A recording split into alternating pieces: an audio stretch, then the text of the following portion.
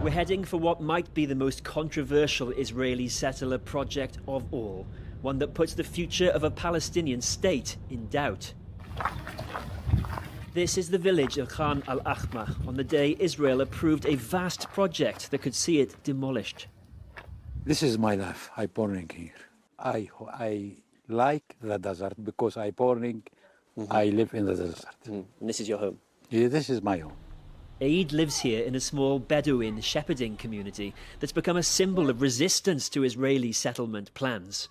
On the horizon, settlers who've already established illegal outposts all around the village. Under these plans, settlers would move in here. Yes. But this is your home. But you are see, the government is coming with a lot of military, with the bulldozer. What I do? What will you do? What I do? I asking all the world what I do. I don't ask me, ask all the world what he do. How he helping me to stay here in my land. The decision has delighted far-right Israeli ministers who support Benjamin Netanyahu needs to stay in power. They see it as their means to end the prospect of a Palestinian state, showing up here to say as much just last week. We will continue to build a fulfilling Jewish reality. This reality definitively buries the idea of a Palestinian state. The reason this issue is so central to the future of a Palestinian state is because we have East Jerusalem here with Ramallah to the north and Bethlehem there to the south, and Israel would put a brand new settlement right here, smack in the middle, separating those two cities from each other.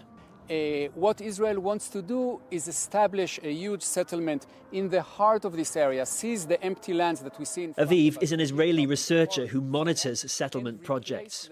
Constructing a settlement is something that is very difficult to undo, especially when it's a big settlement and you have tens of thousands of settlers. It's illegal by international law, but taking people out of their homes and evicting them is something that is difficult to do.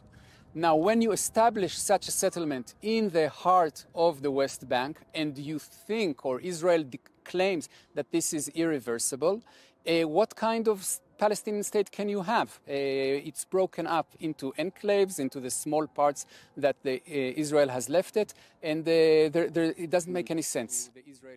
Israel has been trying to build this key settlement since the late 80s under Prime Minister Yitzhak Shamir, and has always backed down, though, under US pressure.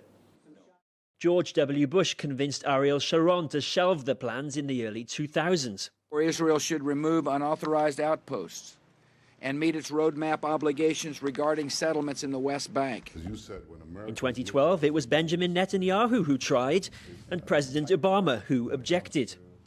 But in Donald Trump, settlers feel they have a far more useful ally in the White House, appointing a pro-settler ambassador and recently revoking sanctions on settlers.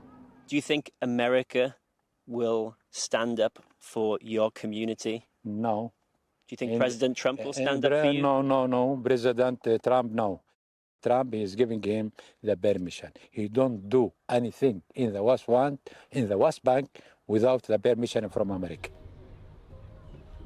The UN, UK and EU say the plans are a violation of international law.